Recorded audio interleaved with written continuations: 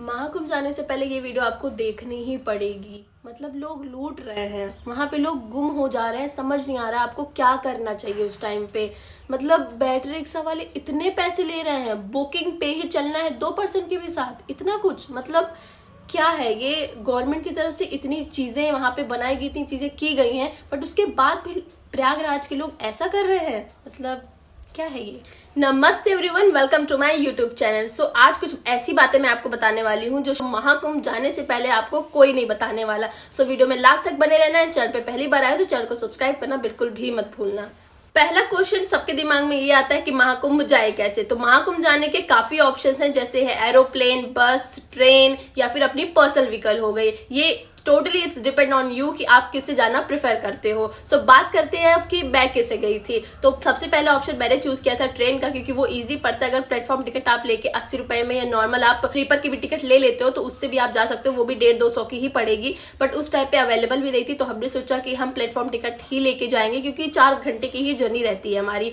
सो ऐसा कुछ हुआ कि जिस ट्रेन से हम जाने वाले थे वो ट्रेन भी कैंसिल हो गई और फिर हमें लास्ट मिनट पे डिसाइड करना पड़ा। अगर आपने मेरा पिछला व्लॉग देखा होगा, उसमें सारी चीजें मैंने आपको फुल डिटेल ब्लॉग में पूरा बताया हुआ है। सो उसको भी चेकआउट करना बिल्कुल भी मत भूलना चैनल पे। एंड बात करें तो लास्ट ऑप्शन मैंने चूज किया था बस, और बस से मुझे टोटल पड़े थे 247 रुपए जाने के, और अगर टोटल देखे तो 550 रुपए में मेरा आना जाना दोनों कवर हो गया था। और अयोध्या से प्रयागराज दूरी की बात करें तो वो है 157 या 160 किलोमीटर की ही दूरी है। मतलब मुश्किल से आप देखो तो 4 घंटे में आप प्रयागराज पहुंच सकते हो अयोध्या से। सो अगर बात करें महाकुंभ कब तक चलेगा, तो महाकुंभ 13 जनवरी से स्टार्ट हुआ है और 26 फरवरी तक रहेगा। और उसके बाद अब बात करते हैं मेन स्नान की। तो पहला स्नान था हमारा 13 जनवरी को, उसके बाद 14 जनवरी को हमारा दूसरा स्नान था। अब तीसरा स्नान शाही स्नान है, जो सारे ही स्नानों में सबसे मेन है, वो है 29 जनवरी को, वो आने वाला ही है। और उसके बाद आएगा 3 फरवरी को स्नान, उसके बाद आएगा 12 फरवरी को, उसके बाद का लास्ट स्नान जो रहेगा वो आएगा 26 फरवरी को। सो अब मैंने जो इम्पोर्टेंट आपको जानकारी थी वो तो मैंने आपको वीडियो में दे ही दी, बट अब मैं कुछ ऐसी बातें आपको बताने वाली हूँ जो आपको कोई नहीं बताएगा। और उसमें से पहली बात तो ये है कि आपको बस कहाँ पे उतारेगी। अगर आप अयोध्या से जाते हो तो प्रयागराज में बस आपको सिविल लाइन पे उतारेगी। वहां पे वो ऐसी लोकेशन पे आपको उतारेगी जहां पे ढेर सारी बैटरी रिक्शा वगैरह खड़ी रहेंगी। अब पहली चीज आपको ये फेस करनी पड़ेगी कि जैसे आप बस से उतरोगे तुरंत ही आपको सारी बैटरी, ये नॉर्मल सी बात है, ई रिक्शा सारे ही आपको बुलाने लगते हैं कि बैठिए चलिए साथ में, हम आपको छोड़ देंगे जहां भी जाना होगा। बहुत अच्छी बात है, लाइक हमें जब नहीं ऐसी कंडीशन में कुछ मिलता है तब भी हमें प्रॉब्लम होती है, तो अच्छी बात है कि लोग वहां पे रहेंगे। बट जो सबसे बड़ी दिक्कत आती है वो इस चीज में आती है कि ई रिक्शा वाले हमसे एक पर्सन के 50 रुपए मांगते हैं। अब आप खुद बात कीजिए, अगर आप 4 लोग भी जा रहे हैं तो आपका 200 रुपए का तो सिर्फ संगम तक का जाने का ही बजट बन गया। और हम बजट ट्रैवलर ऐसे होते हैं कि हाँ, मतलब जितनी कम चीजों में ही चीजें हो जाए उतना ही अच्छा रहेगा। सो ये वीडियो मुझे स्पेशली इस चीज के लिए बनानी पड़ रही है, क्योंकि मैं चाहती हूँ जो चीजें मैंने फेस की वो आपको ना करना पड़े। अब उसमें पहली चीज तो ये है कि वो आपसे 50 रुपए मांगेंगे, तो आपको करना क्या है, आपको सिंपल करना है, आपको थोड़ा ही आगे जाना है। मैं अभी स्क्रीन पे दिखा दूंगी, आप वहां पे एक आई लव प्रयागराज करके या प्रयागराज करके एक बोर्ड बड़ा सा बना हुआ है, आपको बस वहां पे खड़े रहना है। वो आप कह सकते हो कि एक स्टैंड टाइप का है, वहां पे बस आके थोड़ी देर के लिए रुकती है, जो इलेक्ट्रिक बस गवर्नमेंट की तरफ से चलाई जाती है,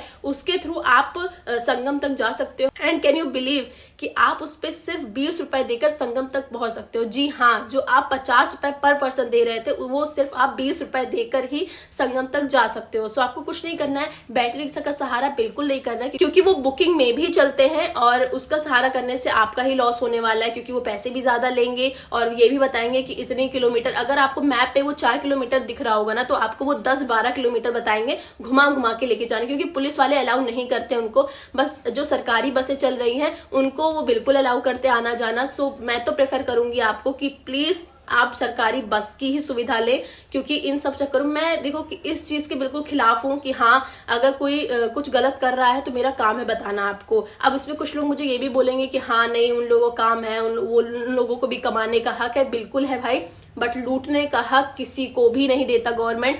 अब संगम तक तो आप पहुंच गए, ठीक है, थोड़ी दूर पैदल भी चलना पड़ेगा। अगर पैदल चलने की बात करते हो आप तो 3-4 किलोमीटर तो आपको कंफर्म ही पैदल चलना पड़ेगा संगम तक जाने के लिए।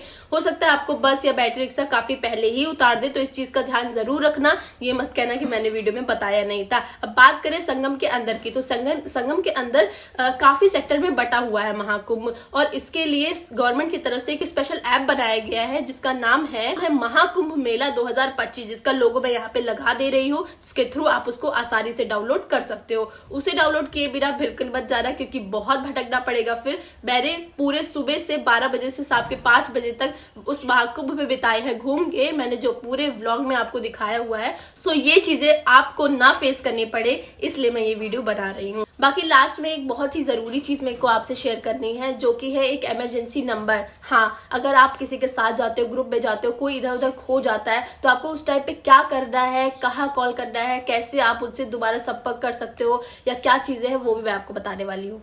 तो अगर आपका कोई भी साथी अगर खो जाता है महाकुंभ में, तो आप एक वहां पे खोया पाया केंद्र भी बनाया गया है गवर्नमेंट के थ्रू, आप वहां पे जाके कांटेक्ट कर सकते हो। बाकी एक 1920 नंबर भी आपको दिया गया है, जिसपे आप डायल करके आपके साथ कोई भी साइबर स्कैम होता है या कुछ भी होता है वो भी आप बता सकते हो। मान लो आप चल रहे हो, किसी ने आपको कुछ बातें बता के आपसे पैसे ले लिए हैं, बट आपको थोड़ी देर बाद फील हुआ कि नहीं ये तो मेरे पैसे चले गए, फंस गया, कुछ भी हो गया, फोन खो गया, कुछ भी होता है, तो आप 1920 नंबर पे कांटेक्ट कर सकते हो। बाकी खोया पाया केंद्र का भी आप लाभ उठा सकते हो, वो स्पेशली इसी चीज के लिए बनाया गया है, जिसमें कहते नहीं महाकुंभ में लोग खो जाते हैं बहुत आसानी से और भीड़ इतनी ज्यादा देखने को मिलती है।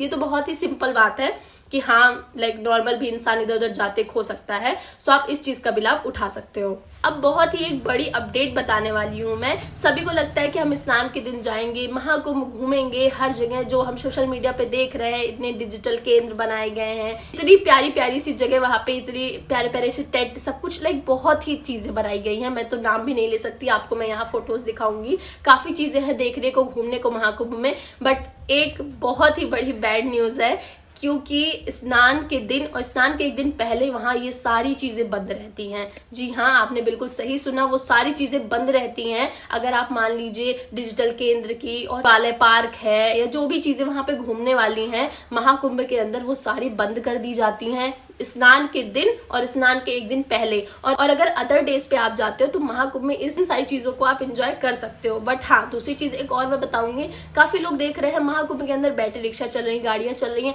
वो भी स्नान के दिन बिल्कुल बंद रहेगी। उस 45 दिन का महाकुंभ है, चलेगी, सब कुछ रहेगा एक्टिव। बस हाँ, स्नान के दिन और स्नान के एक दिन पहले सब कुछ बंद कर दिया जाएगा। न अंदर बैटरी रिक्शा चल सकती है, न मेन जो जगह घूमने वाली है वहां पे, वो सब भी बंद कर दिए जाएंगे। तो मेरी तरफ से जितनी इन्फॉर्मेशन मेरे पास थी वो मैंने आपको दे दी है। अगर आपके पास कोई इन्फॉर्मेशन होगी तो वो कमेंट में शेयर करना बिल्कुल भी मत भूलना, और मुझसे कोई भी क्वेश्चन होगा आपको तो वो भी आप कमेंट में पूछ सकते हो। बाकी ऐसी और वीडियोस के लिए चैनल को सब्सक्राइब करना बिल्कुल भी मत भूलना। और हाँ, अगर कोई भी इन्फॉर्मेशन आपको अच्छी और नई लगी हो तो जरूर थैंक यू बोल देना कमेंट में। थैंक्स फॉर वॉचिंग गाइज, बहुत बहुत धन्यवाद। कुंभ जाइए, स्नान करिए और अच्छे से इस महाकुंभ, हमारे सनातन धर्म का इतना बड़ा पर्व जो महाकुंभ है, उसको और भी भव्य बनाइए। सो अगर अभी तक नहीं डिसाइड किया है महाकुंभ जाने का तो जरूर जाइए। जय श्री राम।